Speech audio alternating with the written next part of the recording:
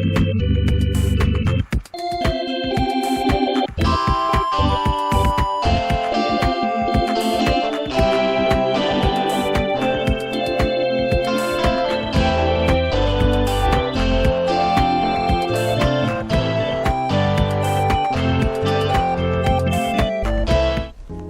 back to That's Life with John Carver. This is episode number 223, and I'm calling it Our Assumptions. The dictionary definition of assumption is a thing that is accepted as true or as certain to happen without proof. Again, a thing that is accepted as true or as certain to happen without proof. The older I get, the more I realize that when I was younger, I based my opinions about other people on assumptions. I judged others oftentimes without knowing anything about them. I had little or no evidence to base my judgment of other people. These days, with video clips being bombarded our way by the minute, it's difficult not to base our assumptions on the tiny fraction of information that we ingest every day. Our perspective, our upbringing, our prejudices, our expectations can create our assumptions. Our assumptions about other people are framed and colored by the glasses that we wear each day. Think about the times you have judged inaccurately without ever meeting the people that you should be getting to know, or people judging you when they've never even met you. Assumptions are made many times because people are too lazy to discover the truth, as it can take some time that many people do not want to invest to find out the truth. Instead of judging, I began to ask questions, to seek out information, to discover why certain people do what they do.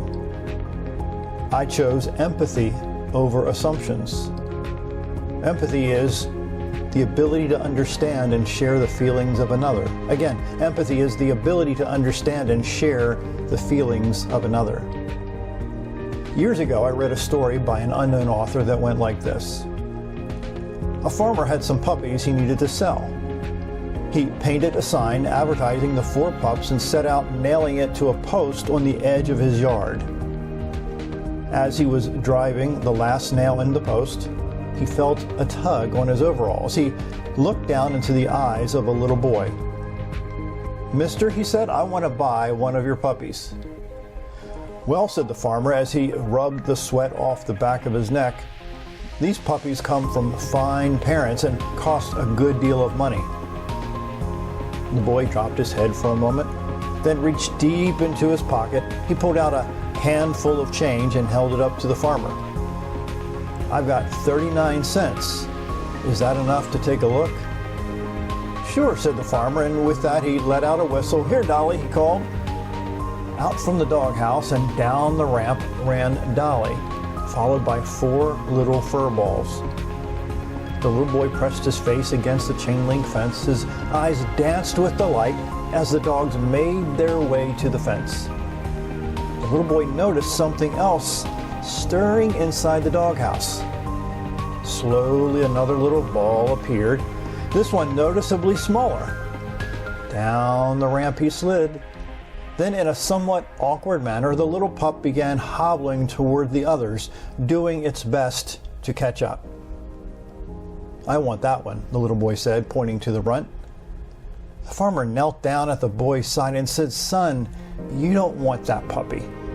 He will never be able to run and play with you like these other dogs would." With that, the little boy stepped back from the fence and reached down and began rolling up one leg of his trousers. In doing so, he revealed a steel brace running down both sides of his leg, attached itself with a special made shoe. Looking back up at the farmer, he said, "You see, sir, I don't run too well myself, and he will need someone who understands."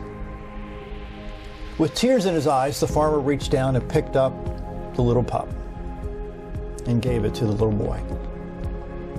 Live your life with empathy and not passing judgment on other people. My name's John Carver. Thanks for listening.